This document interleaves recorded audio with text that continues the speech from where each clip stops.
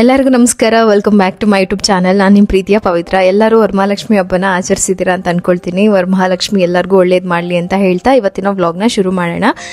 ಮನೆಯಲ್ಲಿ ಕೊಬ್ಬರಿ ಎಣ್ಣೆ ಹಾಕ್ಸ್ಕೊತಾ ಇದ್ವಿ, ಕೊಬ್ಬರಿ ಇರ್ತಾ ಇತ್ತು. ಇವಾಗ ನಾವು ಕೊಬ್ಬರಿ ಸಿಗೋದಿಲ್ಲ, ರೇಟ್ ಜಾಸ್ತಿ ಮತ್ತು ಎಲ್ಲ ಟೈಮಲ್ಲೂ ಸಿಗೋದಿಲ್ಲ ಅಂತ ಹೇಳ್ಬಿಟ್ಟು ಕಡಲೆಕಾಯಿ ಎಣ್ಣೆ, ಕೊಬ್ಬರಿ ಎಣ್ಣೆ ಸ್ವಲ್ಪ ಹೀಟ್ ಕೂಡ, ಹಾಗಾಗಿ ನಾನು ಕಡಲೆಕಾಯಿ ತರಿಸಿದ್ದೆ. ಒಂದು 15 kg ತಂದಿದ್ದಾರೆ. 15 kg ಅಂತಂದರೆ ಕೆಜಿಗೆ 120 ರೂಪಾಯಿ ಬೀಳುತ್ತೆ. ಒಂದು 1800 ರೂಪಾಯಿಗೆ 15 kg ಕಡಲೆಕಾಯಿ ಬರುತ್ತೆ. ಮತ್ತೆ 75 ರೂಪಾಯಿ ನಮಗೆ ಗಾಣಕ್ಕೆ ಅಂತ ಹೇಳ್ಬಿಟ್ಟು ತಗೊಳ್ತಾರೆ, ಅಂದ್ರೆ ಎಣ್ಣೆ ತೆಗೆದುಕೊಳ್ಳೋದಕ್ಕೆ. ಅದ್ರ ಜೊತೆಗೆ ಇಂಡಿ ಕೂಡ ಕೊಟ್ಟರು. ಇಂಡಿ ಬಂದ್ಬಿಟ್ಟು ಅಮ್ಮನ ಮನೆ ಹಸುಗಾಗುತ್ತೆ, ಎಣ್ಣೆ ಬಂದು ನಮ್ಗಾಗತ್ತೆ ಅಂತ ಹೇಳಿದ್ವಿ. 15 kgಗೆ ನಮಗೆ ಕರೆಕ್ಟಾಗಿ 8 ಲೀಟರ್ ಅಷ್ಟು ಎಣ್ಣೆ ಬಂದಿದೆ. ಅಂತಂದ್ರೆ ಲೀಟ್ರಿಗೆ ಒಂದು 250 ರೂಪಾಯಿ ಮೇಲ್ ಬೀಳುತ್ತೆ ಅಂತ ಅನ್ಕೊಳ್ತೀನಿ. ಸೊ ನೀವೇ ಲೆಕ್ಕಾಚಾರ ಮಾಡಿ, ಇದೇ ನನಗೆ ವರ್ತ್ ಅಂತ ಅನ್ನಿಸ್ತು. ನೀವು ಹೀಗೆ ಮಾಡಿಸೋಂಗಿದ್ರೆ ಮಾಡಿಸ್ಬೋದು, ತುಂಬ ಚೆನ್ನಾಗಿರುತ್ತೆ. ಇನ್ನು ನನಗೆ ಏನಂತಂದರೆ ಹೀಟು, ಕೊಬ್ಬರಿ ಎಣ್ಣೆ ಆಯಿಲ್ ತಿಂದಮೇಲೆ ಹೀಟ್ ಜಾಸ್ತಿ ಆಗಿಬಿಡುತ್ತೆ. ನಮ್ಮ ಕಡೆಯವ್ರಿಗೆ ಅಭ್ಯಾಸ ಇಲ್ಲ ಕೊಬ್ಬರಿ ಎಣ್ಣೆ ಬಂದ್ಬಿಟ್ಟು ಊಟ ಮಾಡೋದ್ರಲ್ಲಿ. ನಾವು ರೀಸೆಂಟಾಗಿ ಸ್ವಲ್ಪ ಮಿಕ್ಸ್ ಮಾಡಿದ್ರು ಆಗ್ತಾಯಿತ್ತು, ಬರೀ ಕೊಬ್ಬರಿ ಎಣ್ಣೆನೇ ತಿಂತಾ ಇದ್ವಲ್ಲ, ಹಾಗಾಗಿ ನಂಗೆ ಆ ಥರ ಅಂದಾಗ ಮುಖದಲ್ಲೆಲ್ಲ ಸಣ್ಣ ಸಣ್ಣ ಪಿಂಪಲ್ಸ್, ಅದು ಪೇನ್ಫುಲ್ ಆಗಿರುತ್ತೆ. ಆಗ ಗೊತ್ತಾಗುತ್ತೆ ಬಾಡಿ ಹೀಟ್ ಆಗಿದೆ ಅಂತ ಹೇಳಿ. ಆವಾಗ ನಾನು ಸ್ವಲ್ಪ ಮೊಸರಿಗೆ ನೀರು ಹಾಕಿ ಚೆನ್ನಾಗಿ ಕಡೆದ್ಬಿಟ್ಟು ಮಜ್ಜಿಗೆ ಮಾಡಿ ಇಟ್ಕೊಂಡು ಕೆಲಸ ಮಾಡ್ತಾ ಒಂದೊಂದು ಗ್ಲಾಸ್ನ ಕುಡಿತಾ ಇರ್ತೀನಿ. ಈ ಥಂಡಿಯಲ್ಲೂ ಮಜ್ಜಿಗೆನ ಅಂತ ಅಂದರೆ ಏನೂ ಮಾಡೋಕ್ಕಾಗಲ್ಲ, ಬೇರೆ ಆಪ್ಷನ್ ಇಲ್ಲ. ಹೀಟ್ ಕಂಟ್ರೋಲ್ ಆಗಬೇಕಲ್ಲ ಬಾಡಿಯಲ್ಲಿ. ಸೊ ಇಲ್ಲ ಅಂತಂದರೆ ಕಣ್ಣೆಲ್ಲ ಉರಿಯೋದಕ್ಕೆ ಸ್ಟಾರ್ಟ್ ಆಗುತ್ತೆ, ಕೆಲಸ ಮಾಡೋಕ್ಕಾಗಲ್ಲ. ಇನ್ನೇನು ಮನೆ ಖಾಲಿ ಮಾಡ್ತೀವಿ, ಎಲ್ಲ ಚೇಂಜ್ ಮಾಡೋದು ಬೇಡ ಅಂದ್ಕೊಂಡೆ. ಸರಿ ವಾಶ್ ಮಾಡ್ಬಿಡೋಣ, ಸುಮಾರು ದಿನ ಆಯಿತು ಕರ್ಟನ್ಸ್ ಚೇಂಜ್ ಮಾಡೇ ಇರಲಿಲ್ಲ. ಹಾಗಾಗಿ ಕರ್ಟನ್ಸ್ನು ಚೇಂಜ್ ಮಾಡಿದೆ. ಹೆಂಗೋ ಹಬ್ಬ ಅಂತ ಹೇಳಿ ಎಲ್ಲ ಕ್ಲೀನ್ ಮಾಡಿದ್ದೀನಿ, ಇದೊಂದು ಏನಕ್ಕೆ ಅಂತ ಹೇಳಿ ಸಣ್ಣ ಪುಟ್ಟ ಕ್ಲೀನಿಂಗ್ ಕೆಲಸ ಎಲ್ಲ ಆಯಿತು. ಎಲ್ಲ ಮುಗಿಸ್ಕೊಂಡು ಇವಾಗ ಹಬ್ಬಕ್ಕೆ ಅಂತ ಹೇಳ್ಬಿಟ್ಟು ಒಂದು ಸ್ವಲ್ಪ ತಿಂಡಿ ಎಲ್ಲ ಮಾಡ್ಕೊಳ್ತಾ ಇದ್ದೀನಿ. ಜಾಸ್ತಿ ಏನು ಮಾಡ್ತಾ ಇಲ್ಲ, ಸಿಂಪಲ್ ಆಗೇ ಮಾಡ್ತಾ ಇದ್ದೀನಿ.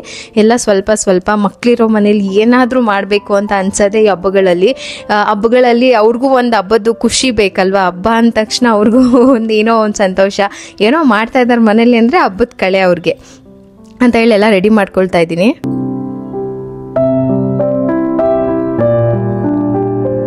ಪ್ರೀತಮ್ ಪ್ರತಿದಿನ ಏನು ಮಾಡ್ತಾನೆ ಅಂತ ಅಂದರೆ, ಸ್ಕೂಲಲ್ಲಿ ಊಟ ಮಾಡಿ ಅಭ್ಯಾಸ, ಈ ಥರ ಒಂದು ಮ್ಯಾಟ್ ಹಾಕ್ಕೊಂಡು ಬಿಬ್ ಕಟ್ಕೊಂಡು, ಬಿಬ್ ಮಿಸ್ ಮಾಡ್ಕೊಂಡು ಬಂದಿದ್ದಾನೆ. 2 ಕೊಟ್ಟೆ, 1 ವಾಪಸ್ ಬರಲಿಲ್ಲ. ಸರಿ ಅಂತ ಹೇಳ್ಬಿಟ್ಟು ಬರೀ ಮ್ಯಾಟ್ ಅಷ್ಟೇ ಇದೆ ಇವಾಗ. ಮಿಕ್ಕಿರೋ ಅನ್ನ ಏನಾದರೂ ಇದ್ದರೆ ತೊಗೊಂಡು ಬಂದು ಬ್ಯಾಗಿಂದ ಎಷ್ಟು ನೀಟಾಗಿ ತೆಗೆದು ಆ ಮ್ಯಾಟೆಲ್ಲ ಜೋಡಿಸಿ ಅದ್ರ ಮೇಲೆ ಬಾಕ್ಸ್ ಇಟ್ಕೊಂಡು, ನನಗೆ ಸ್ಕೂಲಲ್ಲಂತೂ ಒಂದು ಊಟ ಮಾಡೋದು ನೋಡೋಕ್ಕಾಗಲ್ಲ, ಅಟ್ಲೀಸ್ಟ್ ಮನೇಲಾದ್ರೂ ನೋಡ್ಬೋದಲ್ಲ ಅಂತ ಹೇಳಿ ನೋಡ್ತಾ ಇರ್ತೀನಿ. ಒಂದು 2 ಸ್ಪೂನ್ ರೈಸ್ ಮಿಕ್ಕಿದ್ರೂ ಕೂಡ ಬಂದು ಅದನ್ನು ಖಾಲಿ ಮಾಡಿ ಆಮೇಲೆ ತೊಗೊಂಡೋಗಿ ಸಿಂಕಿಗೆ ಹಾಕ್ತಾನೆ. ಸೊ ಇದು ಚಿಕ್ಕ ಮಕ್ಕಳಿಂದ ಈ ಅಭ್ಯಾಸ ಬಂದರೆ ಅವ್ರಿಗೆ ದೊಡ್ಡವರಾದ್ಮೇಲೆ ನಮಗೆ ಟೆನ್ಷನ್ ಕಡಿಮೆ ಆಗುತ್ತೆ. ಸಿಂಕಿಗೆ ಲಂಚ್ ಬಾಕ್ಸ್ ಹಾಕ್ದ ಅಂತೇಳಿ. ಇದೇ ಪ್ರಾಬ್ಲಮ್ ಏನಾಯ್ತು ಅಂತಂದರೆ, ಪ್ರಗತಿಗೆ ನಾನು ಅಭ್ಯಾಸನೇ ಮಾಡಿಸಿರ್ಲಿಲ್ಲ. ಒಬ್ಳೆ ಅಲ್ವಾ, ಏನೇನು ಕೆಲಸ ಅವ್ರು ಬರ್ತಿದ್ದಂಗೆ ನಾನೇ ಪಿಕಪ್ಪು ಡ್ರಾಪ್ ಮಾಡ್ತಾ ಇದ್ದೆ. ಸುಮಾರು ದಿನದಿಂದ ತೊಗೊಂಡ್ಬಂದು ನಾನೇ ಹಾಕ್ಬಿಡ್ತಾ ಇದ್ದೆ. ಇವಾಗ ಪ್ರಗತಿಗೆ ಅಭ್ಯಾಸನೇ ಇಲ್ಲ. ಎಷ್ಟು ಹೇಳಿದ್ರು ಅದು ಹೇಳಿದ್ರೆ ಮಾತ್ರ ನೆನಪಿರುತ್ತೆ, ಹೇಳಿಲ್ಲ ಅಂದರೆ ನೆನಪೇ ಇರೋದಿಲ್ಲ. ಹಾಗಾಗಿ ಪ್ರೀತಮ್ಗೆ ಇವಾಗಿಂದಾನೇ ರೂಢಿ ಮಾಡಿಸ್ತಾ ಇದ್ದೀನಿ.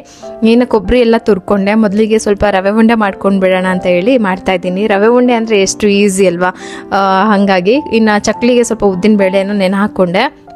ಉದ್ದಿನಬೇಳೆ ಪುಡಿ ಮಾಡಿ ಮಾಡೋ ಚಕ್ಲಿನ ನಾನು ಲಾಸ್ಟ್ ಪ್ರೀವಿಯಸ್ ವಿಡಿಯೋಗಳಲ್ಲಿ ಶೇರ್ ಮಾಡಿದ್ದೀನಿ. ಹಾಗಾಗಿ ಈ ಸರಿ ನಾನು ರುಬ್ಬಿ ಮಾಡೋಣ ಅಂತೇಳಿ ಸ್ವಲ್ಪ ನೆನೆ ಹಾಕ್ಕೊಂಡೆ.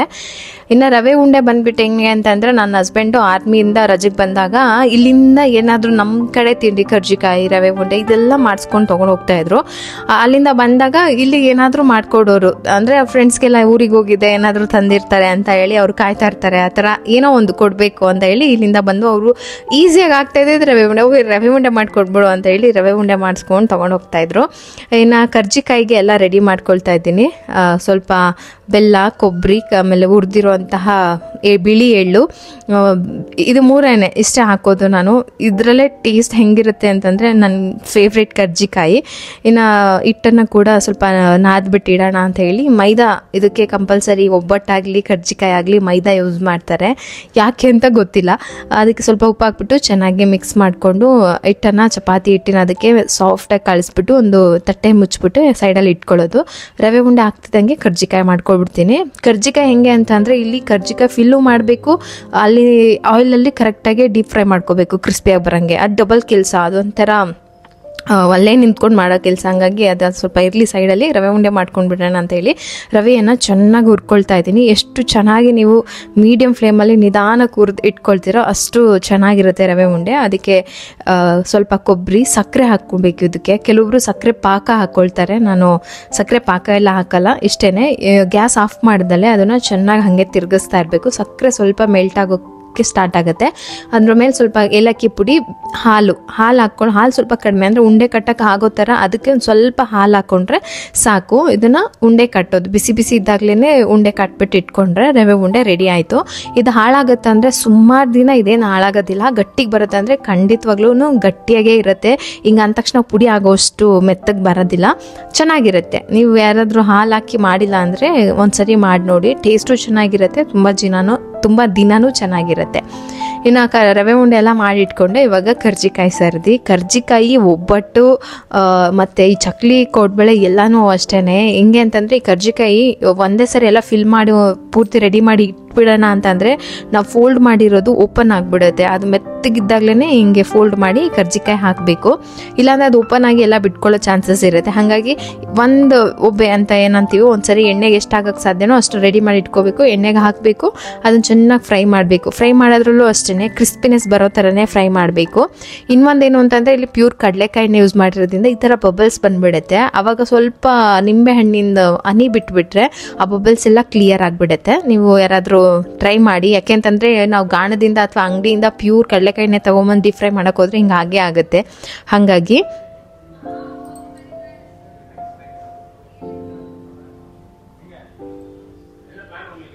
ಈ ವಿಡಿಯೋ ತುಂಬ ಮುಂದೆನೇ ಹಾಕಬೇಕು ಅಂತ ಅಂದ್ಕೊಂಡೆ, ಬಟ್ ಅಷ್ಟು ದಿನ ಮುಂಚೆಗೆ ಮಾಡಿಟ್ಕೊಂಡ್ರೆ ಮನೇಲಿ ತಿಂಡಿ ಎಲ್ಲ ಇರೋದಿಲ್ಲ, ಖಾಲಿನೇ ಆಗಿಬಿಟ್ಟಿರುತ್ತೆ.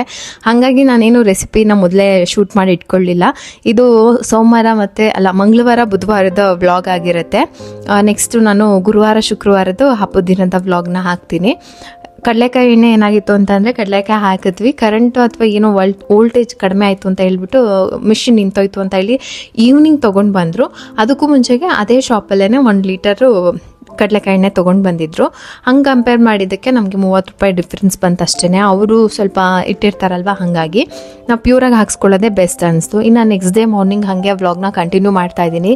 ಏನು ಅಂದರೆ ನೈಟ್ ಫುಲ್ಲು ಬರೀ ಅದೇ ಆಗೋಯ್ತಾ, ನಾನೇನು ಪ್ರಿಪ್ರೇಷನು ಮಾಡ್ಕೊಳ್ಳಿಲ್ಲ. ಬೆಳಗ್ಗೆ ಬ್ರೇಕ್ಫಾಸ್ಟ್ಗೆ ಏನು ಮಾಡಬೇಕಂತ ಏನು ಅಂದ್ಕೊಳ್ಳೂ ಇಲ್ಲ, ಮಲ್ಕೊಂಡ್ಬಿಟ್ಟೆ ಲೇಟ್ ಆಗೋಯ್ತು ಅಂತ ಹೇಳಿ. ನೋಡಿದ್ರೆ ಬೆಳಗ್ಗೆ ಬ್ರೇಕ್ಫಾಸ್ಟ್ ಏನು ಮಾಡಬೇಕಂತಲೇ ಗೊತ್ತಾಗ್ತಲ್ಲ. ಸಡನ್ನಾಗಿ ರವೆ ಇತ್ತಲ್ಲ, ಇನ್ಸ್ಟಂಟ್ ಸೆಟ್ ದೋಸೆ ಮಾಡೋಣ ಅಂತ ಹೇಳಿ ರವೆಗೆ ಮೊಸರನ್ನ ಹಾಕಿ ಸ್ವಲ್ಪ ಅವಲಕ್ಕಿ ಹಾಕೋಬೋದಿಲ್ಲ ಅಂದರೆ ಕಡಲೆಪುರಿನಾದರೂ ಹಾಕೋಬೋದು. ಹಾಕಿ ಚೆನ್ನಾಗಿ ರುಬ್ಬಿ ಅದಕ್ಕೆ ಎಷ್ಟು ಬೇಕಷ್ಟು ಉಪ್ಪು ಮತ್ತು ಸ್ವಲ್ಪ ಚಿಟಿಕೆಯಷ್ಟು ಸೋಡಾ ಇಷ್ಟನ್ನು ಹಾಕಿ ಚೆನ್ನಾಗಿ ಸ್ವಲ್ಪ ನೀರು ಹಾಕ್ಬೋದು. ಕನ್ಸಿಸ್ಟೆನ್ಸಿ ತುಂಬ ಗಟ್ಟಿ ಆಯಿತು ಅಂತಂದರೆ ಇಷ್ಟೇ, ಇನ್ಸ್ಟೆಂಟಾಗಿ ನೀವು ಸೆಟ್ ದೋಸೆನ ಮಾಡ್ಕೊಂಬಿಡ್ಬೋದು. ಮಕ್ಕಳಿಗೆ ಬ್ರೇಕ್ಫಾಸ್ಟ್ಗೆ ಏನೂ ಇಲ್ಲ ಅಂತಂದರೆ 1 ಕಪ್ ರವೆ ಇದ್ದರೆ ಸಾಕು. ಟೇಸ್ಟು ತುಂಬ ಚೆನ್ನಾಗಿರುತ್ತೆ. ಮತ್ತು ಮೊಸರು ಇರಬೇಕು, ನಾನು ಯಾವಾಗಲೂ ಮೊಸರು ಹಾಕಿರ್ತೀನಿ. ಅದಕ್ಕೆ ಬೀಟ್ರೂಟ್ ಪಲ್ಯ ಮಾಡೋಣ ಅಂತ ಹೇಳ್ಬಿಟ್ಟು ಬೀಟ್ರೂಟ್ ಪಲ್ಯಕ್ಕೆ ಕ್ಯಾರೆಟು ಬೀಟ್ರೂಟ್ ಎಲ್ಲ ತುರಿದ್ಬಿಟ್ಟು ರೆಡಿ ಮಾಡಿ ಇಟ್ಕೊಂಡೆ. ಈ ಚಟ್ನಿ, ಬೀಟ್ರೂಟ್ ಪಲ್ಯ ಇದೆಲ್ಲ ಬೇಗ ಆಗಿಬಿಡುತ್ತೆ.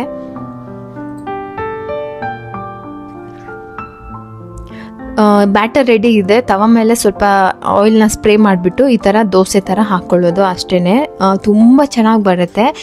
ಏನೋ ಇದೊಂದು ದೋಸೆ ಥರ ಇದು ಮಾಡೋಂಗಿಲ್ಲ, ಸೆಟ್ ದೋಸೆ ಹೆಂಗೆ ಹಾಕ್ತೀವೋ ಹಾಗೆ ಒಂದು ಸೋಟ್ ಹಾಕಿಬಿಟ್ಬಿಟ್ರೆ ಅದ್ರ ಮೇಲೆ ಬಬಲ್ಸ್ ಬರೋಕ್ಕೆ ಸ್ಟಾರ್ಟ್ ಆಗುತ್ತೆ. ಲಿಡ್ ಕ್ಲೋಸ್ ಮಾಡಿ ಬೇಯಿಸ್ಕೊಂಡ್ಬಿಟ್ರೆ ಸಾಕು. 1 ಸೈಡ್ ಬೇಯಿಸಿದ್ರೇ ಸಾಕಾಗುತ್ತೆ, 2 ಸೈಡ್ ಬೇಯಿಸ್ಬೇಕಂತ ಏನಿಲ್ಲ. ಇನ್ಸ್ಟೆಂಟಾಗಿ ಆಗೋಯ್ತು. ಇನ್ನು ಪ್ರಗತಿಗೆ ನಾನು ಇವತ್ತು ಇದನ್ನೇ ಕೊಟ್ಟೆ, ದೋಸೆ ಮತ್ತು ಅದ್ರ ಜೊತೆಗೆ ಆ್ಯಪಲ್ಲು ಬೀಟ್ರೂಟ್ ಪಲ್ಯ.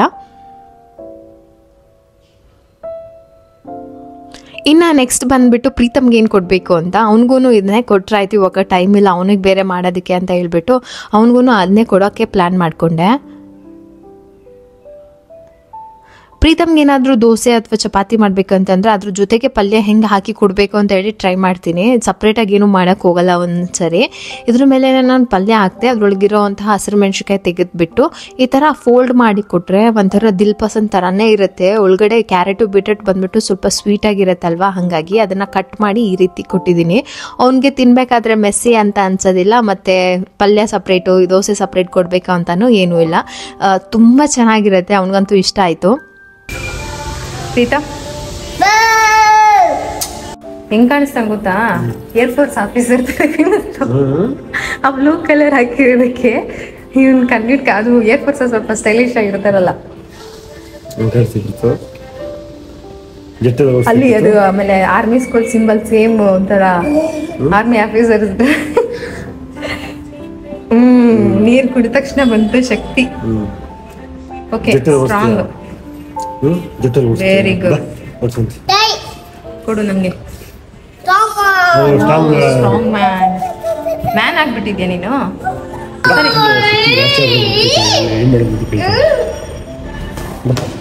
ಓ ಸಾಕು.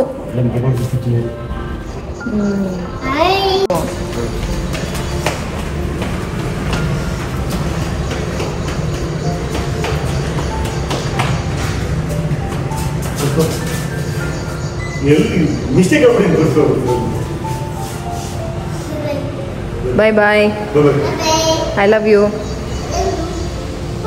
ಹಾಂ, ಹ್ಯಾಂಡ್ ವಾಶ್ ಮಾಡಬೇಕಾ? ಇಲ್ಲ ಹೋಗು, ನಾನಲ್ವ ತಿನ್ಸಿದ್ದು ನಿಂಗೆ. ನೆಕ್ಸ್ಟ್ ಶುರು ಆಯಿತು ಮತ್ತೆ. ಓಕೆ, ಇವಾಗ ಚಕ್ಲಿ ಕೋಡ್ಬಳೆ ಮಾಡ್ಕೊಂಡು ಬಿಡೋಣ ಅವ್ರು ಬರೋಷ್ಟ್ರೊಳಗೆ ಅಂತ ಅಂದ್ಕೊಂಡೆ. ನನ್ನ ಹಸ್ಬೆಂಡ್ ಇಲ್ಲ ಬಾ ಸ್ಕೂಲ್ ಹತ್ರ ಹೋಗ್ಬಿಟ್ಟು ಬರಬೇಕು ಅಂತ ಹೇಳಿ ಒಂದು ಸ್ವಲ್ಪ ಮನೆ ಹತ್ರ, ನಾವು ಶಿಫ್ಟ್ ಆಗೋ ಮನೆ ಹತ್ರ ಸ್ವಲ್ಪ ಕೆಲಸ ಇತ್ತು, ಅಲ್ಲಿಗೆ ಹೋಗ್ಬಿಟ್ಟು ಬರೋಣ ಬಾಬಾ ಅಂತ ಹೇಳ್ಬಿಟ್ಟು ಕರೆದ್ರು. ಇವಾಗ ಏನಪ್ಪ ಮಾಡೋದು ಅಂತ ಹೇಳಿ ಹಾಗೆ ಉದ್ದಿನ ಬೇಳೆನ ಎತ್ತಿಟ್ಬಿಟ್ಟು ಸ್ವಲ್ಪ ಇದು ಹುಣಸೆ ಹಣ್ಣು ಏನಾಗ್ತಾ ಇದ್ದೀನಿ. ಯಾಕೆ ಅಂತಂದರೆ ಲಾಸ್ಟ್ ಟೈಮ್ ಮೆಹಂದಿಗೆ ಬರೀ ಸೊಪ್ಪು ನೀರು ಹಾಕಿ ರುಬ್ಬಿಟ್ಟಿದೆ, ಕಲರ್ ಬರೋದಿಲ್ಲ, ಅದು ಬರುತ್ತೆ ಬಟ್ ತುಂಬ ಮೈಲ್ಡಾಗಿ ಬರುತ್ತೆ. ಆಗ ಸುಮಾರು ಜನ ವ್ಯೂವರ್ಸ್ ನನಗೆ ಒಂದಿಷ್ಟು ಟಿಪ್ಸನ್ನು ಕೊಟ್ಟಿದ್ರು, ತುಂಬ ಯೂಸ್ ಆಯಿತು. ಹುಣಸೆ ಹಣ್ಣು ನೆನಾಕ್ಬಿಟ್ಟು ಅದ್ರ ಜೊತೆ ರುಬ್ಬಿದ್ರೆ ಆಗುತ್ತೆ. ಹುಣಸೆ ಹಣ್ಣು, ಆಮೇಲೆ ಸುಣ್ಣ, ಅಡಿಕೆ, ಅದ್ರ ಜೊತೆಗೆ ನಿಂಬೆ ಹಣ್ಣಿನ ರಸ, ಈ ಥರ ಕೆಲವೊಂದಿಷ್ಟನ್ನು ಅಂದರೆ ಸಪ್ರೇಟ್ ಹಾಕ್ಕೊಳ್ಳಿ. ಇಷ್ಟು ಐಡಿಯಾಸ್ಗಳು ಸಿಕ್ಕಿತ್ತು ನನಗೆ. ಸರಿ ಹುಣಸೆ ಹಣ್ಣು ಇತ್ತಲ್ಲ ಅಂತ ಹೇಳಿ ನೆನೆಸಿಟ್ಟೆ. ಬಂದ ತಕ್ಷಣ ರುಬ್ಬಿಟ್ಟು ರಾತ್ರಿ ಹಚ್ಕೊಳ್ಳೋಣ, ಇನ್ನು ಗುರುವಾರ ಹಚ್ಕೊಂಡು ರಾತ್ರಿ ಮಲಗಿ ಶುಕ್ರವಾರಕ್ಕೆಲ್ಲ ಹಬ್ಬ ಮಾಡೋಕ್ಕಾಗಲ್ಲ ಅಂತ ಹೇಳ್ಬಿಟ್ಟು ಎಲ್ಲ ನೆನಾಕ್ಬಿಟ್ಟು ಬಂದೆ. ಇನ್ನು ಇವನ್ನ ಕರ್ಕೊಂಡು ಮನೆ ಹತ್ರ ಹೋಗಿ ಸ್ವಲ್ಪ ಓನರ್ ಹತ್ರ ಎಲ್ಲ ಮಾತಾಡಿಕೊಂಡು ಬರೋದಾಯಿತು. ಇನ್ನು ಮನೆ ವಿಚಾರನ ನಾನು ಆದಷ್ಟು ಬೇಗ ಹಾಕ್ತೀನಿ. ಪ್ರೀತಮ್ ಅಂತೂ ಎಷ್ಟು ಇದಾಗಿದ್ದಾನೆ ಅಂತಲೇ ಅಂದರೆ, ಪ್ರೀತಮ್ಗೆ ಫ್ರೆಂಡ್ಸ್ ಆಗೋದಿಲ್ಲ ಯಾರೂ. ಅವ್ನು ನನ್ನ ಕೆಟ್ಟಾಗಿರಿ ನೋಡಿದ್ರೆ ಒಬ್ರು ಫ್ರೆಂಡ್ ಆಗ್ಬಿಟ್ಟಿದ್ದಾರೆ ಅವನ ಜೊತೆ. ಇವನೇನು ಅವನ ಹೆಸರು ಕರಿಯೋದಿಲ್ಲ, ಪಾಪು ಪ್ರೀತಮ್ ಅಂತ ಕರೀತಾನೆ. ಅವನ ಜೊತೆ ಹೋಗಿ ಇಡೀ ಫೀಲ್ಡಲ್ಲಿ ಎಷ್ಟು ತನಕ ಆಟ ಆಡಿದ್ದಾರೆ ಅಂದರೆ ಎವ್ರಿ ಡೇ ಇದೊಂದು ಹ್ಯಾಬಿಟ್ ಆಗಿಬಿಟ್ಟಿದೆ ಅಂತೆ. ಡೈಲಿ ಫೀಲ್ಡ್ ಒಳಗೆ ಹೋಗ್ಬಿಡ್ತಾರೆ, ಆಮೇಲೆ ಬರೋದಿಲ್ಲ. ಆಮೇಲೆ ನಾವು ಹೋಗಿ ಕರ್ಕೊಂಡು ಬರೋಣ ಅಂತಂದರೆ ಫೀಲ್ಡ್ ತುಂಬ ದೊಡ್ಡದಿದೆ ಇದು, ಅದರೊಳಗಡೆ ಹೋಗಿ ಇವ್ರನ್ನ ಹೇಳ್ಕೊಂಡು ಬರೋದು ತುಂಬ ಕಷ್ಟ ಅಂತ ಹೇಳಿ ಬಿಟ್ಬಿಡ್ತಾರೆ. ಅವ್ರಿಗೆ ಸುಸ್ತಾದಾಗ ಬರ್ತಾರೆ ಅಂತ. ಮಕ್ಕಳಿಗೆ ಸುಸ್ತಾಗೋದಿಲ್ಲ ನೋಡಿ, ಎಷ್ಟು ಎನರ್ಜಿ ಅಂತಂದರೆ ಈ ಫೀಲ್ಡಲ್ಲಿ ಒಂದು ರೌಂಡು ನಮ್ಮ ಕೈಲಿ ಓಡೋಕ್ಕಾಗಲ್ಲ, ಬಟ್ ಮಕ್ಕಳು ಓಡ್ತಾರೆ. ಅದೊಂಥರ ಖುಷಿ ಆಗುತ್ತೆ. ಡೈಲಿ ಇದೇ ಮಾಡ್ತಾನೆ ಅಂತ ಹೇಳ್ತಾ ಇದ್ರು. ಸರಿ ಹೋಗ್ಲಿ ಬಿಡಿ, ಆಟ ಆಡಲಿ. ಅವ್ನ ಫ್ರೆಂಡ್ ಮಾಡ್ಕೊಳ್ಳೋದೇ ಕಷ್ಟ. ನನಗಂತೂ ಸಿಕ್ಕಾಪಟ್ಟೆ ಖುಷಿ ಆಗೋಯ್ತು, ಯಾರನ್ನೋ ಒಬ್ರನ್ನಾದ್ರೂ ಈ ಥರ ಫ್ರೆಂಡ್ ಮಾಡ್ಕೊಂಡ್ಬಿಟ್ಟಿದ್ದಾನಲ್ಲ ಅಂತ. ಇಬ್ರು ಜೊತೆಲೇ ಹೋಗ್ತಾರೆ, ಜೊತೆಲೇ ಬರ್ತಾರೆ, ಮಾತಾಡ್ತಾರೆ, ಬಾಯ್ ಹೇಳ್ತಾರೆ. ಸಖತ್ ಒಂಥರ ಕ್ಯೂಟ್ ಅನ್ಸುತ್ತೆ. ಅಂದರೆ ಹೊಸದಲ್ವ ನೋಡಿದಾಗ ಮಕ್ಕಳಿಗೆ. ಹಾಗಾಗಿ ಇಬ್ಬರು ಎಷ್ಟು ತನಕ ಆಟ ಆಡಿದ್ರು, ನಾವಲ್ಲೇ ನಿಂತ್ಕೊಂಡು ಕಾಯ್ಕೊಂಡಿದ್ದು. ಆಮೇಲೆ ಕರ್ಕೊಂಡು ಹೋದ್ವಿ. ಆ ಮಗು ಬಂದ್ಬಿಡ್ತು ಅವ್ರ ಡ್ಯಾಡಿ ಕರೆದ ತಕ್ಷಣ. ಈ ನನ್ನ ಮಗ ಬರಲಿಲ್ಲ. ಆಮೇಲೆ ಅವನ್ನೇ ಕಳಿಸಿದ್ರು ಮತ್ತೆ, ಹೋಗಿ ಕರ್ಕೊಂಡು ಬಾ ಅಂತ ಹೇಳಿ. ಅವನೇ ಹೋಗಿ ಕರ್ಕೊಂಡು ಬಂದ. ನೋಡಿ ಇಷ್ಟು ದೂರ ಇದೆ ಡಿಸ್ಟೆನ್ಸು. ನಿನ್ನ ಪೇರೆಂಟ್ಸ್ ಒಳಗಡೆ ಹೋದರೆ ಟೀಚರ್ಸ್ ಏನಂತಾರೋ ಅಂತ ಹೇಳ್ಬಿಟ್ಟು ನಾವು ಒಳಗಡೆನೂ ಹೋಗಿರಲಿಲ್ಲ, ಹಂಗೆ ಆಚೆಯಿಂದಾನೇ ಕರೀತಾ ಇದ್ವಿ. ಸಿಕ್ಕಾಪಟ್ಟೆ ತುಂಟಾಟ ಆಡ್ತಾರಪ್ಪ ಮಕ್ಕಳು, ತುಂಬ ಕಂಟ್ರೋಲ್ ಮಾಡಬೇಕು ಸಿಕ್ಕಾಪಟ್ಟೆ. ನಾನು ಪ್ರೀತಮ್ನ ಹೆಂಗೆ ಇನ್ನೊಂದು 3-4 ಇಯರ್ಸ್ ಮುಂದೆ ಹಾಕೋದು ಅನ್ನೋದೇ ಥರ ಯೋಚನೆ ಆಗ್ಬಿಟ್ಟಿರುತ್ತೆ ಒಂದೊಂದ್ಸರಿ. ಅಂದರೆ ಖುಷಿ ಆಗೈತೆ, ಬಟ್ ಕೆಲವೊಂದ್ಸರಿ ನಮಗೆ ಸ್ಟ್ರೆಸ್ ಇದ್ದಾಗ, ಕೆಲಸ ಇದ್ದಾಗ, ಅದನ್ನು ಎಂಜಾಯ್ ಮಾಡೋಕ್ಕಾಗ್ದಲೇ ಇದ್ದಾಗ ಒಂಥರ ಅನಿಸುತ್ತೆ. ಬಿಟ್ಬಿಡ್ಬೇಕು ಮಕ್ಕಳನ್ನ, ಅವ್ರ ಪಾಡಿಗೆ ಅವರು ಹೆಂಗಾದರೂ ನೀವು ಬೆಳೀರಿ ಅಂತ ಒಂದು 5 ವರ್ಷ ತನಕ ಬಿಟ್ಬಿಡ್ಬೇಕು. ಇದು ಕಂಟ್ರೋಲ್ ಮಾಡೋಕ್ಕಾಗ್ದಲೇ ಇರೋವಂಥ ಒಂದು ಕ್ಯಾರೆಕ್ಟರ್ ಇವ್ ಮಕ್ಕಳು 5 ವರ್ಷ ತನಕ. ಸೊ ಸೂಪರ್ ಆಗಿತ್ತಾ? ಚಿನ್ನ ನಿಂಗೆ ಸುಸ್ತಾಗಲ್ವಾ? ಇಲ್ಲಿ ನೋಡಿಲಿ, ಮಮ್ಮಿ ನೋಡಿಲಿ, ಸುಸ್ತಾಗಲ್ವಾ ನಿಂಗೆ? ಯಪ್ಪ, ಇಷ್ಟು ದೊಡ್ಡ ಫೀಲ್ಡಲ್ಲಿ ಓಡಾಡ್ತೀಯಲ್ಲ ನೀನು. ಬಾಲ್ ಅಲ್ಲೇ ಇರಲಿ ಬಾ, ನಾಳೆ ಬರ್ತೀವಲ್ಲ ಸ್ಕೂಲಿಗೆ.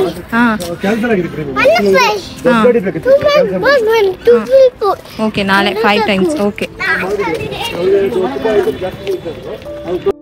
ಅಲ್ಲಿಂದ ಸೀದಾ ಮನೆಗೆ ಬಂದ ತಕ್ಷಣ ನನ್ನ ಟೆನ್ಷನ್ ಏನಾದ್ರು ಚಕ್ಲಿ ಕೊಡ್ಬೇಳೆ ಮಾಡಿಲ್ವಲ್ಲಪ್ಪ, ಎಲ್ಲ ರೆಡಿ ಮಾಡ್ಕೊಂಡಿದ್ದೀನಿ, ಅದೊಂದು ಮಾಡಿಲ್ಲ ಅಂತ. ಬಂದ ತಕ್ಷಣವೇ ಕೈಕಾಲು ಮುಖ ತೊಳ್ಕೊಂಡು ಅಡುಗೆ ಮನೆಗೆ ಸೀದಾ ಎಂಟ್ರಿ ಕೊಟ್ಟಿದ್ದೆ, ಮತ್ತು ಉದ್ದಿನ ಕಾಳನ್ನ ಬೇಯಿಸೋಕ್ಕಿಟ್ಟೆ. ಆಮೇಲೆ ಬಂದ ತಕ್ಷಣ ಅಡುಗೆ ಮಾಡಿರಲಿಲ್ಲ. ನಾನು ಅಡುಗೆ ಮಾಡಿ ಎಲ್ಲರಿಗೂ ಊಟ ಕೊಟ್ಟು, ಊಟ ಆದಮೇಲೆ ಸಂಜೆ ಮೇಲೆ ಮತ್ತೆ ಶುರು ಮಾಡಿಕೊಂಡೆ. ಇಲ್ಲಿ ನಾನು ಉದ್ದಿನ ಬೇಳೆನ ಒಂದು 2 ವಿಷಲ್ ಕೂಗಿಸ್ಬಿಟ್ಟು ಈ ಥರ ರುಬ್ಬಿಟ್ಕೊಂಡಿದ್ದೀನಿ. ನಿಮಗೆ ರುಬ್ಬೋದೆಲ್ಲ ಬೇಡ ಅಂತಂದರೆ ಇನ್ಸ್ಟಂಟಾಗಿ ನೀವು ಅದನ್ನು ಪೌಡರ್ ಮಾಡಿ ಹಾಕ್ಕೊಂಡ್ಬಿಡ್ಬೋದು.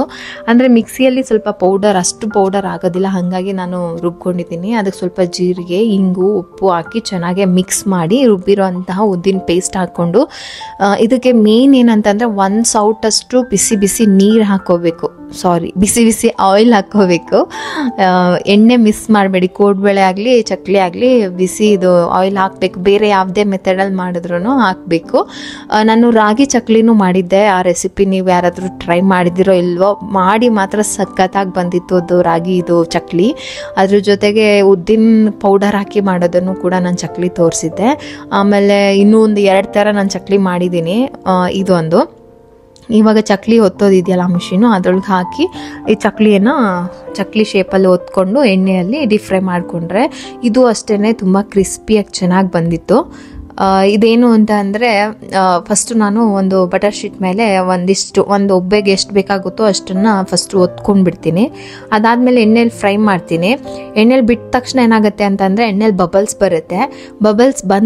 ಬಬಲ್ಸ್ ಫುಲ್ಲು ಕ್ಲಿಯರ್ ಆಗುತ್ತೆ. ಆವಾಗ ಚಕ್ಲಿ ರೆಡಿ ಆಯಿತು ಅಂತ ಹೇಳಿ ಆಮೇಲೆ ನೀವು ಒಂದು 2 ಸಾರಿ ಆ ಕಡೆ ಈ ಕಡೆ ತಿರುಗಿಸ್ಬಿಟ್ಟು ಎತ್ಕೊಂಡ್ರೆ ಚಕ್ಲಿ ಹಾಕ್ಬಿಡತ್ತೆ.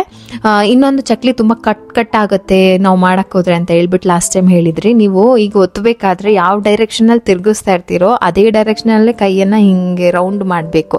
ತಿರುಗಿಸೋದು ಒಂದು ಕಡೆ, ನೀವು ಚಕ್ಲಿ ತಿರುಗಿಸೋದು ಮೇಲ್ಗಡೆ ತಿರುಗಿಸೋದು ಒಂದು ಕಡೆ, ನೀವು ಒತ್ತೋದು ಒಂದು ಕಡೆ ಆದರೆ ಅದು ಈ ಕಡೆ ಎಳೀತಾ ಕಟ್ಟಾಗ್ಬಿಡುತ್ತೆ ಅಷ್ಟೇ, ಬೇರೆ ಏನೂ ಇಲ್ಲ. ಇನ್ನು ಚಕ್ಲಿನೇ ಒತ್ತಿ ಸಾಕಾಗೋಗಿತ್ತು ಅಂತ ಹೇಳಿ ಈ ಥರ ಒಂದು ಚೌಚೌ ಥರದ್ದು ಮಾಡಿಕೊಂಡೆ, ಇನ್ನೊಂದು ಡಿಫ್ರೆಂಟ್ ಆಗಿರಲಿ ಅಂತ ಹೇಳಿ. ಅದರೊಳಗೆ ಎಕ್ಸ್ಟ್ರಾ ನಿಮಗೆ ಪ್ಲೇಟ್ ಬರುತ್ತೆ, ಅದ್ರಲ್ಲಿ ಮಾಡಿಕೊಂಡ್ರೆ ಆಯಿತು. ನೆಕ್ಸ್ಟ್ ಕೆಲಸನೇ ಕೋಡ್ಬೇಳೆ ಮಾಡೋದು. ಅದಕ್ಕೆ ಸ್ವಲ್ಪ ಕಡಲೆ ಬೀಜ, ಕಡಲೆ ಪಪ್ಪುನ ಮಿಕ್ಸಿ ಜಾರ್ಗೆ ಹಾಕ್ಕೊಂಡಿದ್ದೀನಿ.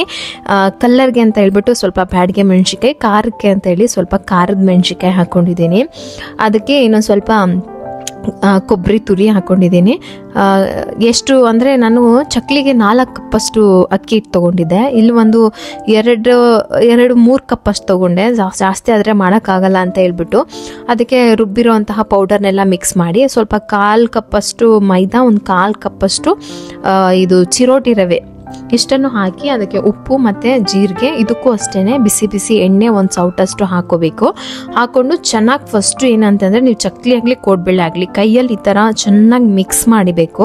ಎಣ್ಣೆ ಹಾಕಿದ್ಮೇಲೂ ಮತ್ತು ಎಲ್ಲ ಕಡೆ ಎಣ್ಣೆ ಆಗೋ ಹಾಗೆ ಮಿಕ್ಸ್ ಮಾಡಬೇಕು. ಸ್ವಲ್ಪ ಹಿಂಗು ಹಾಕ್ಕೊಂಡಿದ್ದೀನಿ. ಡೀಪ್ ಫ್ರೈ ಮಾಡೋದಕ್ಕೆಲ್ಲ ಹಿಂಗೆ ಹಾಕ್ಕೊಂಡ್ರೆ ಚೆನ್ನಾಗಿರುತ್ತೆ ಡೈಜೆಷನ್ಗಾಗಲಿ. ಮತ್ತು ಕೆಲವೊಬ್ಬರಿಗೆ ಉಬ್ರ ಬಂದುಬಿಡುತ್ತೆ ಎಣ್ಣೆಯಲ್ಲಿ ತಿಂದರೆ, ಆ ಥರದವ್ರಿಗೆಲ್ಲ ಒಳ್ಳೆಯದು. ಹಿಂಗೆ ಹಾಕ್ಕೊಳ್ಳಿ.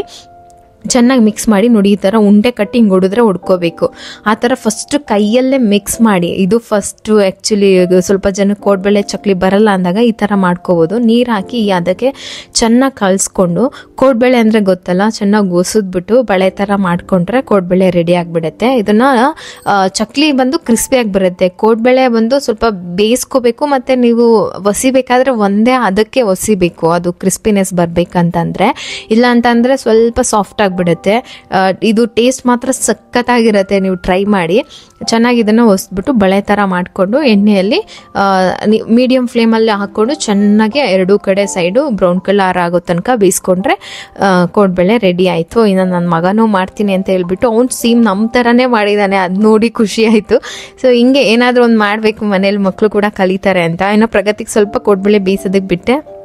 ಪ್ರಗತಿಗೆ ಗೊತ್ತಾಗಿಲ್ಲ, ಹಂಗಾಗಿ ಒಂದು 2 ಉಬ್ಬೇನೋ ಸ್ವಲ್ಪ ಬ್ಲ್ಯಾಕ್ ಅಂದರೆ ಸ್ವಲ್ಪ ಜಾಸ್ತಿನೇ ಸೀದೋಗಿರೋ ಥರ, ಅಂದರೆ ಸೀದೋಗಿರೋದಲ್ಲ, ಅದು ಐ ಫ್ಲೇಮಲ್ಲಿ ಇಟ್ಟಿರೋದಕ್ಕೆ ಹಂಗಾಗ್ಬಿಟ್ಟಿದೆ. ಹಂಗೆ ಕಲೀಲಿ ಪರವಾಗಿಲ್ಲ ಅಂತ ಹೇಳ್ಬಿಟ್ಟು ನಾನು ಕೂಡ ಬಿಟ್ಟೆ.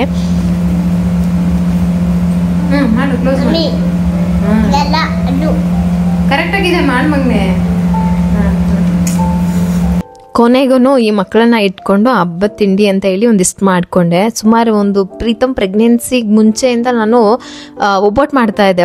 ಈ ವರಮಹಾಲಕ್ಷ್ಮಿ ಹಬ್ಬಕ್ಕೆ ಒಬ್ಬಟ್ಟು ಇರ್ತಾಯಿತ್ತು. ಅವ್ನ ಪ್ರೆಗ್ನೆನ್ಸಿಯಿಂದ ನನಗೆ ಒಬ್ಬಟ್ಟು ಮಾಡೋಕ್ಕಾಗ್ತಿಲ್ಲ. ಪ್ರೆಗ್ನೆನ್ಸಿಯಲ್ಲೂ ನಾನು ವರಮಹಾಲಕ್ಷ್ಮಿ ಹಬ್ಬ ಮಾಡಿದೆ, ಅವಾಗಲೂ ನಂಗೆ ಮಾಡೋಕ್ಕಾಗಲಿಲ್ಲ. ಅದಾದಮೇಲೆ ಬಾಣಂತಿಯಲ್ಲೂ ಮಾಡಿದೆ, ಅವಾಗಲೂ ಮಾಡೋಕ್ಕಾಗಲಿಲ್ಲ. ಅದಾದಮೇಲೆ ನೆಕ್ಸ್ಟ್ ಇಯರ್ ಮಾಡೋಣ ಅಂತ ಅಂದ್ಕೊಂಡೆ. ಏನು ರೀಸನ್ ಅಂತ ಗೊತ್ತಿಲ್ಲ, ಆ ಸರಿನೂ ಮಾಡೋಕ್ಕಾಗಲಿಲ್ಲ, ಈ ಸರಿನೂ ಆಗಿಲ್ಲ. ನೋಡೋಣ ಮುಂದಿನ ಸರಿ ಒಬ್ಬಟ್ಟು ಒಂದು ಮಾಡಬೇಕು ಅಂತ ಅಂದ್ಕೊಂಡಿದ್ದೀನಿ. ಅದಕ್ಕೆ ಒಂಚೂರು ಇದಕ್ಕೆ ನಾನು ಇನ್ನೂ ಒಂದು 2 ದಿನ ಮುಂಚೆಗೆ ಪ್ಲ್ಯಾನ್ ಮಾಡಿ ಮಾಡ್ಕೊಂಡ್ರೆ ಆಯಿತು. ಒಂದಿಷ್ಟು ಮಾಡಿದೆ ದೇವ್ರಿಗೆ ಇಡೋದಕ್ಕೆ ಅಂತ ಹೇಳ್ಬಿಟ್ಟು. ಎಲ್ಲ ದೇವ್ರ ಹೆಸರು ಹೇಳ್ಕೊಂಡು ನಾವೇ ತಿಂತೀವಿ, ಬಟ್ ಈ ಒಂದು ಎಫರ್ಟ್ ಇದೆಯಲ್ಲ ಅದೊಂಥರ ಖುಷಿ ಕೊಡುತ್ತೆ. ಅಲ್ಲೇ ನಮಗೆ ಏನೋ ಒಂದು ಇಂಟ್ರೆಸ್ಟ್ ಬರುತ್ತೆ, ಒಂದು ಏನೋ ಫೋಕಸ್ ಇರುತ್ತೆ ಕೆಲಸದ ಮೇಲೆ ಅಂತ ಹೇಳಿ. ಸೊ ಇದಿಷ್ಟು ಆಯಿತು. ಇದನ್ನೆಲ್ಲ ನಾನು ಫಸ್ಟು ದೇವ್ರ ಮುಂದೆ ಇಡೋದಕ್ಕೆ ಅಂತ ಹೇಳಿ ಬಾಕ್ಸಲ್ಲಿ ಇಟ್ಟಿರೋದನ್ನೆಲ್ಲ ಸಪ್ರೇಟಾಗಿ ಇಟ್ಟಿದ್ದೀನಿ. ಯಾಕೆಂತಂದರೆ ಮಾಡಿ ಇನ್ನೂ 2 ದಿನ ಸುಮ್ಮನೆ ಹಾಗೆ ಶೋಗಿಡ್ತೀನಿ ಅಂತಂದರೆ ಮಕ್ಕಳು ಕೇಳೋದು ಇಲ್ಲ, ಅವ್ರ ಬಾಯಿ ತಡೆಯೋದಕ್ಕೂ ಆಗೋದಿಲ್ಲ. ಹಂಗಾಗಿ ನಾನು ಫಸ್ಟ್ ಅದನ್ನು ಮಾಡಿ ಎತ್ತಿಟ್ಬಿಟ್ಟು ಇನ್ನು ಎಕ್ಸ್ಟ್ರಾ ಮಿಕ್ಕಿದ್ದು ಬೇಕಾದರೆ ಮಕ್ಕಳು ಕೊಡೋಣ ಅಂತ ಹೇಳಿ ಒಂದೊಂದು ಬಾಕ್ಸಲ್ಲಿ ಹಾಕಿ ಇಟ್ಕೊಂಡೆ. ಇದನ್ನು ಅವರು ತಿನ್ಕೊಳ್ತಾರೆ. ಬಾಕ್ಸಲ್ಲಿ ಇರೋದು ಮಾತ್ರ ದೇವ್ರಿಗೆ ಇಡ್ತೇನೆ. ಇನ್ನು ಪ್ರಗತಿಗೆ ಕೃಷ್ಣ ಜನ್ಮಾಷ್ಟಮಿಗೆ ಒಂದು ಸಾಂಗ್ ಮಾಡ್ತೀನಿ ಡ್ಯಾನ್ಸ್ ಅಂತ ಹೇಳಿದರು ಭಗವದ್ಗೀತೆ ಕ್ಲಾಸಲ್ಲಿ. ಅದಕ್ಕೆ ಅವ್ರ ಫ್ರೆಂಡು ಅವರು ಕೂಡ ಭರತನಾಟ್ಯಂ ಕ್ಲಾಸ್ಗೆ ಹೋಗ್ತಾರೆ. ಪ್ರಗತಿ ಹೋದ್ಮೇಲೆ ಅವರು ಹೋಗ್ತಾರಂತೆ. ಅವರು ಒಂದು ಸ್ಟೇಜ್ ಪರ್ಫಾರ್ಮೆನ್ಸ್ ಮಾಡಿದ್ದು ಸ್ವಾಗತಂ ಕೃಷ್ಣ ಸಾಂಗಿಗೆ. ಅವ್ರ ಹತ್ರ ವಿಡಿಯೋ ಕಾಲ್ ಮಾಡಿ ಅವರಿಂದ ಏನು ಡ್ಯಾನ್ಸ್ ಕಲ್ತ್ಕೊಂಡು ಮಾಡ್ತೀನಿ ಅಂತ ಹೇಳಿ ಮಾಡ್ತಾ ಇದ್ದಾರೆ. ನನಗೊಂಥರ ಖುಷಿ ಆಯಿತು. ಇಷ್ಟೆಲ್ಲ ಮಕ್ಕಳು ದೊಡ್ಡವರಾಗ್ಬಿಟ್ರ, ನಮ್ಮನ್ನು ಕೇಳಿ ಮಾಡ್ತಿದ್ದವರು ಈಗ ಅವರವರೇ ಏನೇನೋ ಕಲ್ತ್ಕೊಂಡು ಮಾಡೋಕ್ಕೆ ಸ್ಟಾರ್ಟ್ ಮಾಡಿಬಿಟ್ಟಿದ್ದಾರೆ ಅಂತ ಅನಿಸೋ ಅಷ್ಟು ಒಂಥರ ಅನಿಸ್ತು. ಇದೆಲ್ಲ ಒಂಥರ ಒಳ್ಳೆ ಬೆಳವಣಿಗೆ, ಓಕೆ ಅಂತ ಹೇಳಿ ಸುಮ್ಮನಾದೆ. ಇನ್ನು ಮೆಹಂದಿ ಸೊಪ್ಪಿಗೆ ಸ್ವಲ್ಪ ಹುಣಸೆ ಹಣ್ಣಿನ ರಸ ಹಾಕಿ ಈ ಥರ ಗಟ್ಟಿಗೆ ರುಬ್ಬಿದ್ದೀನಿ. ಅದ್ರ ಮೇಲೆ ಒಂದು ಅರ್ಧ ನಿಂಬೆಹಣ್ಣಿನ ರಸನೂ ಹಾಕ್ತೆ. ಇನ್ನು ಬೇಗ ಕಲರ್ ಬರುತ್ತೆ, ಇನ್ಸ್ಟೆಂಟಾಗಿ ಕಲರ್ ಬಂದುಬಿಡುತ್ತೆ ಅದು ನಿಮಗೆ.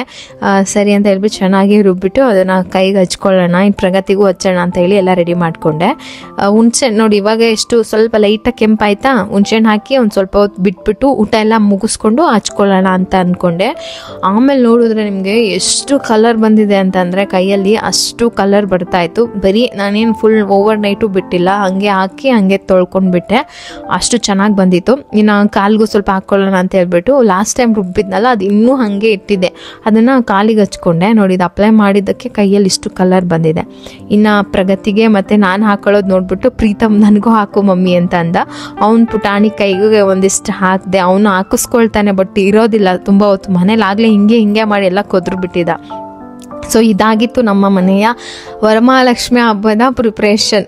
ಇದೇ ಥರ ಎಲ್ಲರೂ ಕೂಡ ಹೆಂಗೋ ಮಕ್ಕಳನ್ನ ಇಟ್ಕೊಂಡು ಸಾಹಸ ಮಾಡಿ ಒಂದಿಷ್ಟು ಪ್ರಿಪ್ರೇಷನ್ ಅಂತ ಮಾಡಿ ಹಬ್ಬನ ನೋಡೋದಿದೆಯಲ್ಲ, ಅದು ಖುಷಿನೇ ಬೇರೆ. ಸೊ ಹಬ್ಬದ ವ್ಲಾಗಲ್ಲಿ ಸಿಗ್ತೀನಿ. ಅಲ್ಲಿವರೆಗೂ ಟೇಕ್ ಕೇರ್. ವಿಡಿಯೋ ಇಷ್ಟ ಆಗಿದ್ರೆ ಲೈಕ್ ಮಾಡಿ, ಚಾನಲ್ನ ಸಬ್ಸ್ಕ್ರೈಬ್ ಮಾಡ್ಕೊಳ್ಳಿ. ಬಾಯ್ ಬಾಯ್.